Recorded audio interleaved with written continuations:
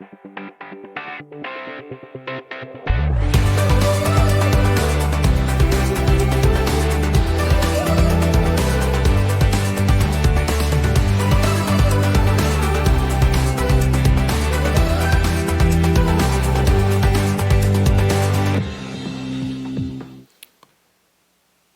morning, everyone, and welcome to Our Community, a production of I've Decided Media, hosted here at the Widecast Studios in downtown Peoria. And welcome to March. Can you believe it's March already? Love it. Spring's around the corner. Yeah, we set the clocks ahead, lost an hour of sleep, but isn't the extra daylight just fantastic? I love it. Spring is coming, and we can't get here fast enough, right? Summer will be here soon enough. Yes. I think it's 77 days until the pool opens at the Y, man. I love it. I know you love to frequent. I love the pool. Well, thanks for joining me today. Man. Really appreciate having you here. And for those of you that don't know my guest is Matt George. He's the CEO of the Children's Home here in Peoria. Does some great work. He's also a recent author. Yeah. Put out his book here recently. And we're going to talk to you today about confidence and what that really means and what it looks like and how do you get confidence. I mean, I don't think confidence is really something that you're born with, although I do think there's some of those traits that we have that we're kind of are innate, but confidence is really something, in my opinion, that you develop over time through experience. Would you agree with that? Yeah, I totally agree with it. I think it's something that you can always improve on. Yeah. It's something that, with our kids that we talk about all the time. It's just staying positive, and that positivity equals confidence, and that goes to whether you're in school like my little ones or our jobs that we have here in the community. Yeah, absolutely. So the definition that Kim has written in the weekly winning resource for the I've Decided the community is having strong belief or full assurance. And I would add to that, having strong belief or full assurance in something or somebody. Right. Right? And that's really what confidence is. But it's not always easy to have confidence. Right. And I think, you're a confident individual. You project confidence out in the community and the things that you do. I try to do that in the things that I do as well, but you're not always confident in everything that you do either. It can be a challenge to be confident. I think it's very challenging. It's something that you really think about every day as a leader. It's something that comes up every day.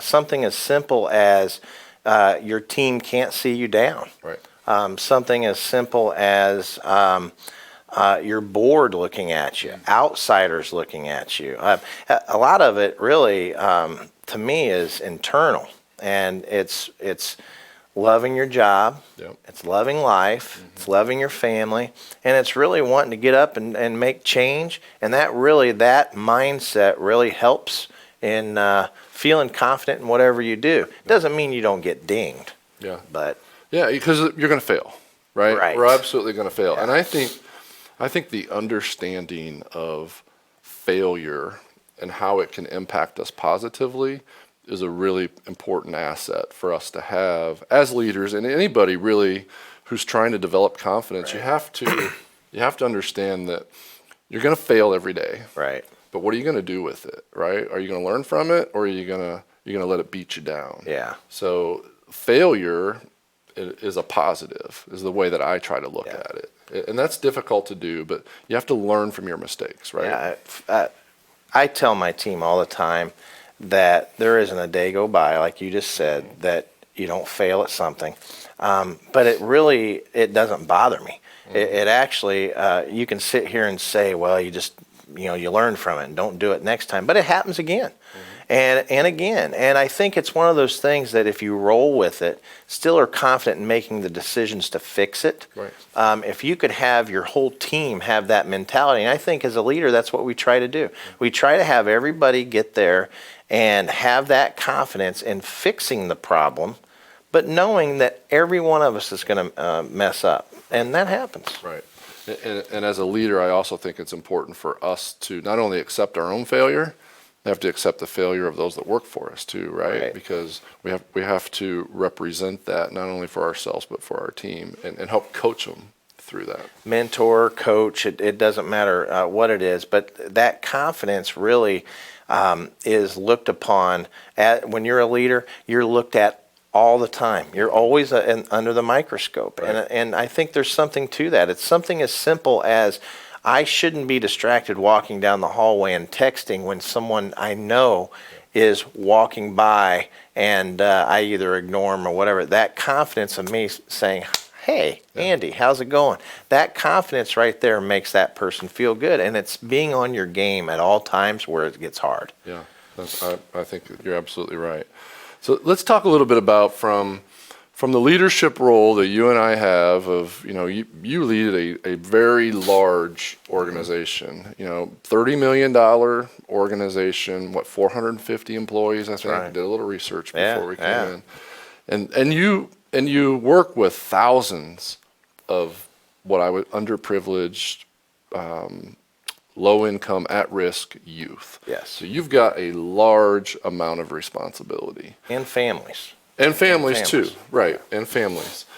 And not only families that are clients, but families that are your employees, right? And I know that you take that seriously, that Take it role very of seriously. embracing those families. But so when you're going through, your day-to-day job, and you have to make decisions every day. Sometimes they're easy, sometimes they're hard. Sometimes you're not necessarily confident, I'm sure, if you're like me, in the decisions that you're going to have to make. But how do you balance that with your staff and project that confidence to them that, hey, we're going to do this, and this is why we're going to do it, Yeah. and this is why I believe it's going to work?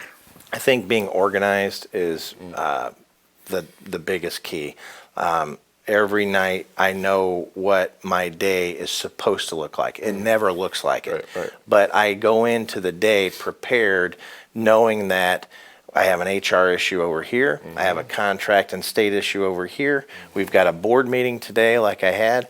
All of those things, there's decisions in everything that's done throughout the day. And that confidence in making those decisions, I think most of the time quickly. There's some decisions that you need to sleep on. Sure. But a lot of times they're split decisions, and those decisions have to be portrayed as very confident, even though there may be a little part of you that's sitting here going, I feel about 80% on this one, 60% on this one, 100 over here. I'm not backing down on this one. And it's all situational. And you know that. I mean, every situation has its own challenges, and I think in a way that's what's fun. Right. Because people are relying on you, and it's an important position. Yeah, and I think you said it at the beginning of your response, of being prepared. Prepared. Which to me said you got to know the people you work with. You got to understand the situations that they're bringing to you. You have to have some capacity and knowledge of what's going on in order to be prepared. One of the things that we're working really hard on at the Y is using a lot of data to inform our decisions. What does the data tell us? Right. Because the data is factual. Right. Now, not everything can be put into a data set necessarily, but there's data that tells us whether or not a certain program should continue to run the way it's running, or maybe it needs to be modified, or this decision needs to be made because there's some budgetary data that you can look at and things like that. So I think being prepared is absolutely critical. And the more prepared you are, the more confident you're going to be in what it is that you're doing. Data is an excellent example. If you think about it, we all have data. I like to say we're data rich. Yep. We don't utilize the data to make decisions, to help you make decisions. It's really your buffer. Because if I have a 70% chance of something over here, but the data ups that percentage 10 or 15%, that confidence of me going to the board or going to my team rises inside me, and the decision's made faster. Because sometimes in our business, in any business, in for-profit, the decisions have to be made, and you usually stick with them. And so sometimes you make the wrong decision, but you move on and you go from there. And I think being organized and prepared and willing to step up and have everyone see you step up is very meaningful. Yeah. And again, back to failure, willing to embrace it when it Right. comes, learn from it when it comes, and make a change because you know that it's happened, Right. right? And I think that is one of the most critical. Everybody's afraid to fail, and I get it. We're all afraid to fail. We all want to be 100% right all the time. It's just not possible. Right. And I think those that really understand that when failure comes, this can be a good thing, Right. and how quickly you respond to that really helps set the tone for the organizations that we lead, because people see that. People see us fall, they see us fail, and when Right. we own it and say, you know what, I messed up. Why did I mess up? Right. And then what am I going to do next? And that transparency is key. Yeah. I think you and I both come from sports families. Uh-huh. In sports, we lose all the time. Yep.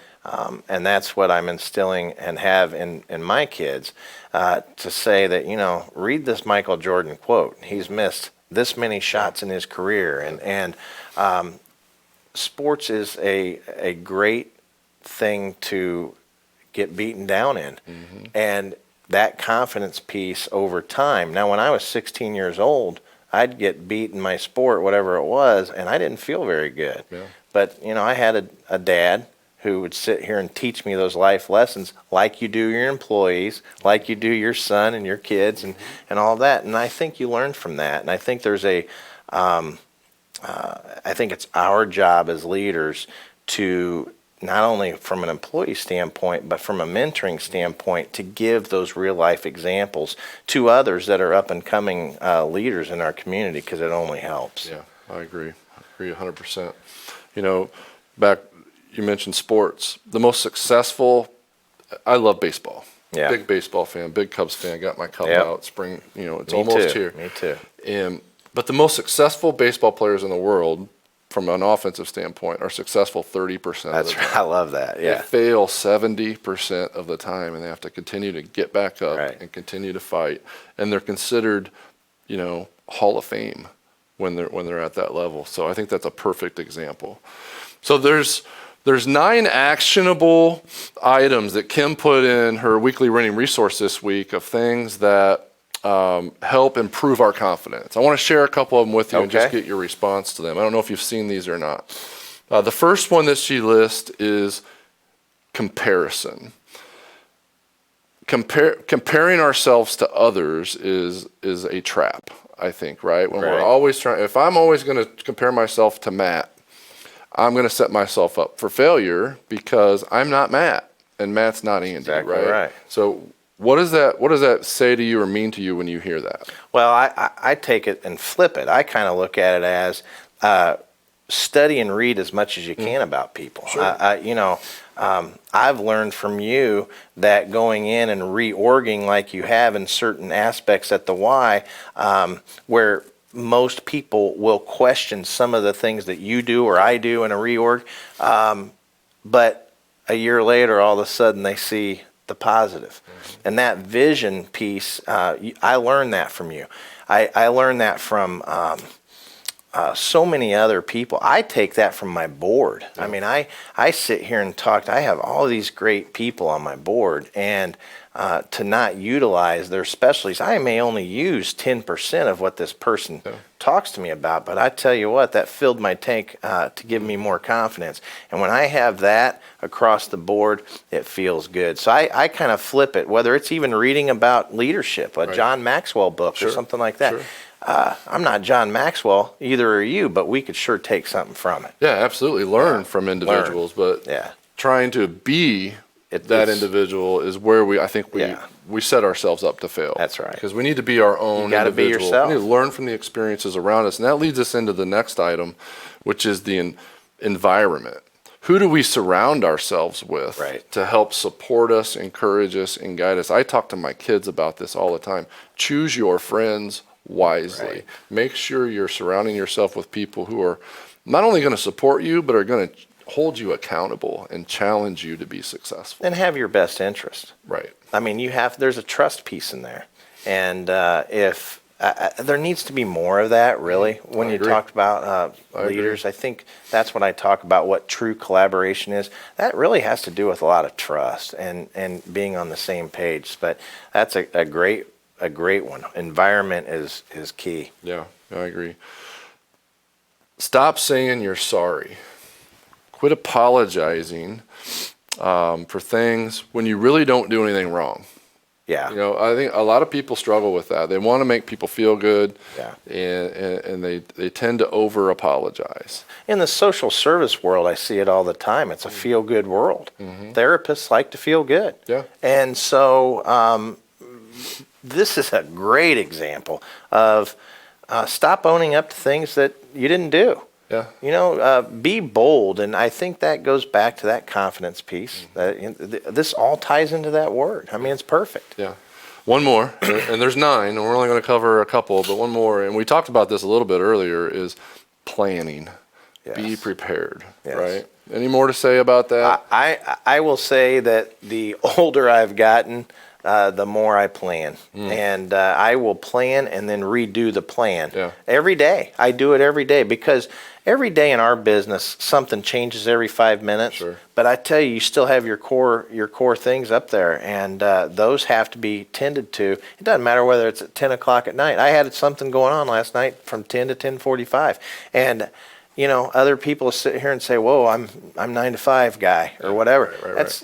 Get organized, get ready, and start the day off right instead of procrastinating and going into the day not feeling good. Yeah, that's great. Yeah. That's great. We just got a couple minutes left. I want to talk a little bit about your Yeah. book. I want to take advantage of the opportunity. Great book. Thank you. I appreciate what you've done here. So Matt has written a book. It's called The Nonprofit Game Plan. It really speaks well to me because I run a not-for-profit, and I really enjoyed reading it. It's a great resource. It's really an easy read. Easy read. I know we've had this conversation before. You did that intentionally. Yeah. And I appreciate that because I'm not a great reader. I really don't enjoy reading, so I like it to be nice. short, sweet, to the point. To the point. Give me the information that I need so that I Right. can move on, right?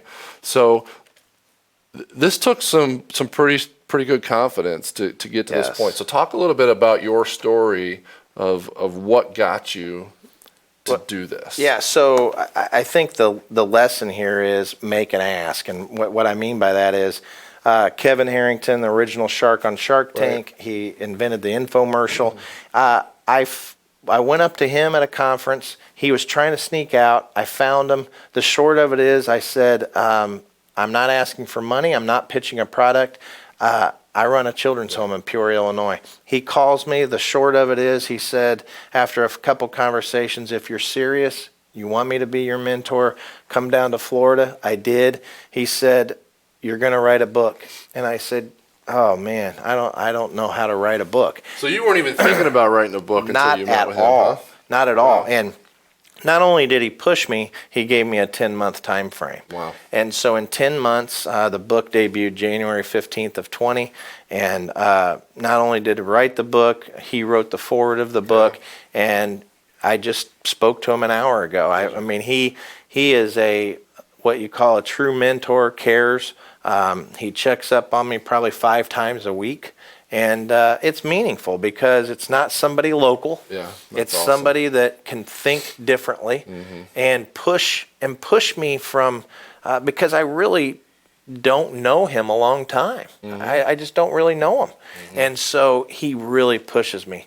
And I don't know if do we have a minute? We got a couple minutes. All right. Yeah. So Yeah, we're good. I go give a speech. He's in the crowd. Right. I thought I nailed it. Right?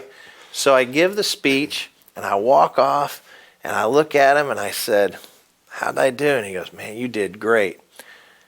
I need to spend 5 minutes with you. There are 7 things that you can improve on. Oh, wow. And he had them all written down. And when I look back at the tape, I rewatched it. He nailed all 7 of them. It's that type of, it didn't deflate me at all. Sure. It actually, I sat there, and it gave me more confidence to sit here and not do that next time and do those things that I did. And focusing on one side of the room and that type of thing.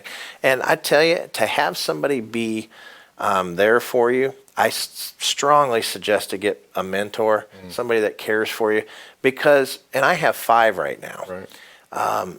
because it really takes that confidence piece and it really takes you up to a whole nother level, even when you're wrong. Yeah. And I love it. Yeah, that's great. Yeah. And that, that whole accountability piece that you just touched on, I think is something that we didn't talk about before. But as far as understanding, being coachable, Yeah. right, and back to the athletics part of it, you have to be coachable if Yeah. you're gonna be able to improve, and you got to be willing to understand that there are things that you can do to get better, and you may not know what they are. Right. You need somebody in your ear to constantly remind you of what those weaknesses are so that you can make them better, which is Right. going to in turn make you more Well, confident. look at Bradley basketball right now. Yeah. I mean, Coach Wardle pounds these guys and pounds these guys, and look what happens. It's not by accident No. that it's back to back since 1950s, right?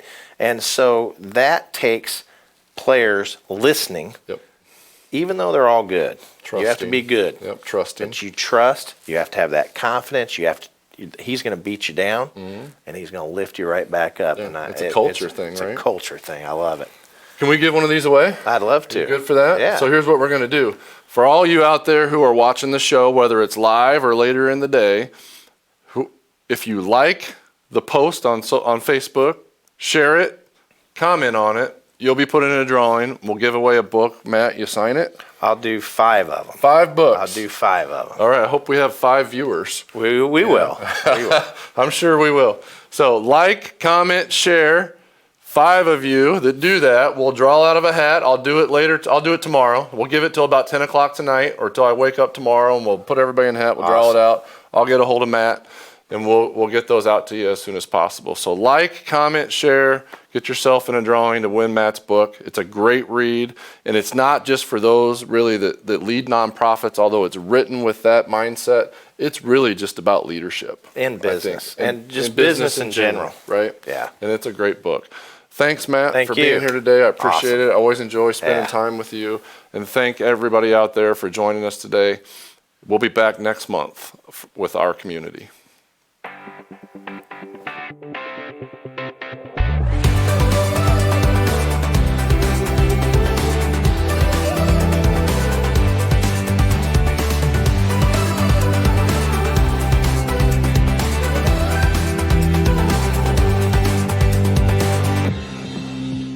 PeoriaLife.com.